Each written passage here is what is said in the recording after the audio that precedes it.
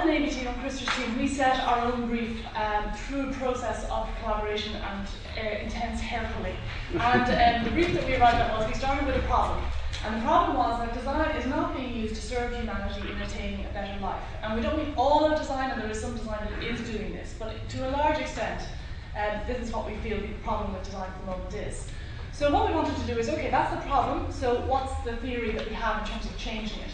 So what we want to do is we want to bring ethics and responsibility into design to improve life with a net positive effect on social resources, economic resources, and material resources. So it's not minimizing damage, we want it to be positive. And so our plan and the concept that we had and the actions that we were hoping to follow up on, and we have followed up on, was designing the designer. And that's what we're looking at here. So how do we design, how do we design the designer? So the first thing we looked at was, okay, we have necessity and we have, that leads us into an opportunity. So what opportunities are we looking for and how do we create these opportunities? This was a sort of a long process that we went through. So what we decided was, okay, what we need is to work out some steps that we can take. So we need design evaluation models. We need to look at what is design, what is the role of the designer, and we need to start sort of, planning for that. And we need to develop a range of appropriate scenarios or contexts. So we need to develop situations in which the designer in training can experience the different things that we're talking about, can experience various different contexts, can experience working with different community groups, and so we've developed a plan for research models that will or research projects, I should say, that will lead to this development of these scenarios and contexts.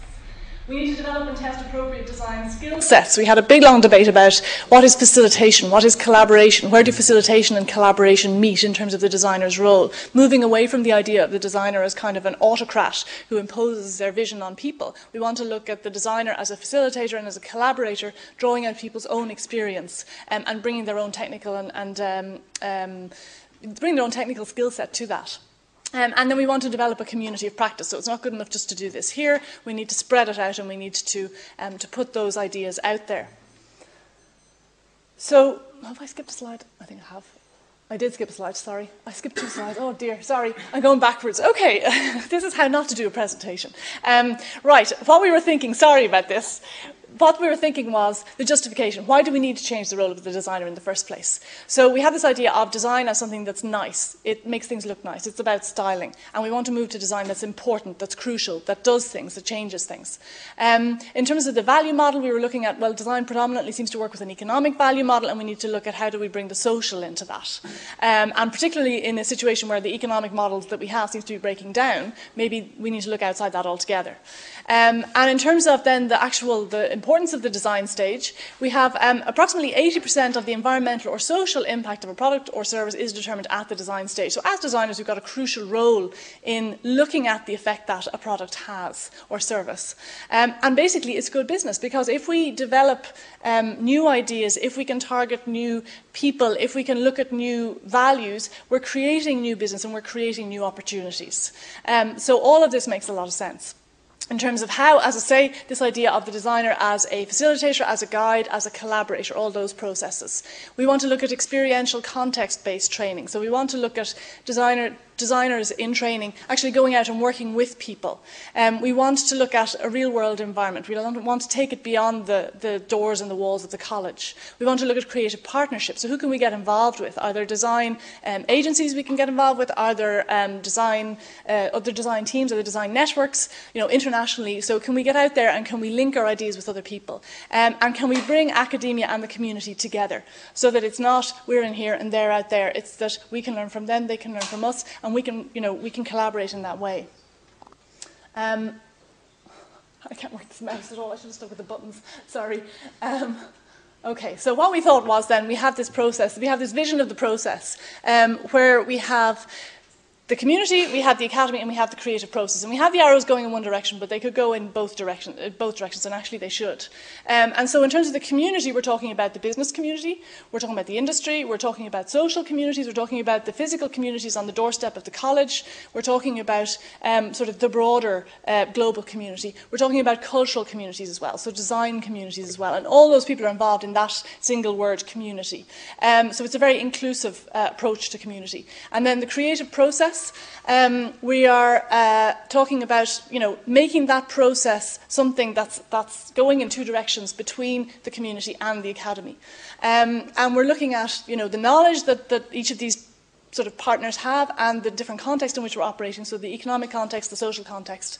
And we're looking at different kinds of approaches to research, different ways of researching. We're looking at knowledge transfer, we're looking at experimentation and testing, we're looking at reflective practice, and that's a really important part of this whole thing, is the evaluation of it. So as I said before, this may have a sense of déjà vu about it, so this is what we're looking for, is how do we actually bring this forward? What are the steps that we take? And so we have come up with 5 ideas for research projects which we can use to get this project started, to think about redesigning the designer. All of these projects are group projects. They're all multi-stakeholder projects, and they're all designed to lead into an actual physical change in terms of how teaching happens, and not just sort of a module here and there. We're talking about the core principles of how designers are educated. So one research project is, what is the role of facilitation and collaboration in the design process? As I say, we got stuck into a very intense discussion about where does facilitation end, where does collaboration begin, are the two of them intertwined? So this is definitely something that is worth launching a research project into. We have the role of design in the decision-making process. So this idea that, design is something that happens after the brief has been drawn up.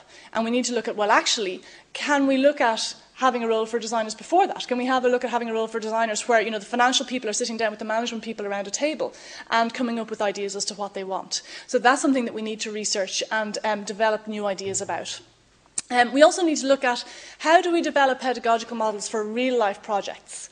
So we don't want the students sitting in here being talked at by a lecturer. We need a situation where the students are being given a chance to develop their own briefs, they're working with communities, they're working with other designers in the design community.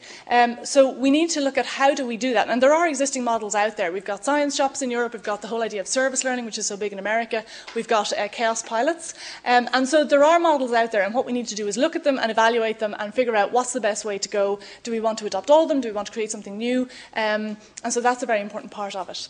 And then we have an idea for Everyone is a Designer initiative. This is to sort of give people a sense of, everybody does design. We all, anytime we go into a shop, we're evaluating the merits of different designs. Every time you choose between two things, you're evaluating design. And we all do design, because then we take them home and we use them. And we use them in new and different ways sometimes. And we find ways to arrange them and make sense of them. So that's an initiative that we want to look at rolling out right across the country, right across the population, highest levels to lowest levels. We want to promote the idea that we all do design, we all know design, and that then will feed back into the other ideas as well, and rethinking the role of the designer. And then, of course, because we need to make this reflective, we need collaborative ongoing evaluation of each of those 4 research projects and initiative. And then that will feed back into the cycle, and we'll have more of this process and more research initiatives developing out of it. And hopefully that will turn into a whole new breed of designers who will be using design for good and to have positive effects and improve people's lives. Thank you.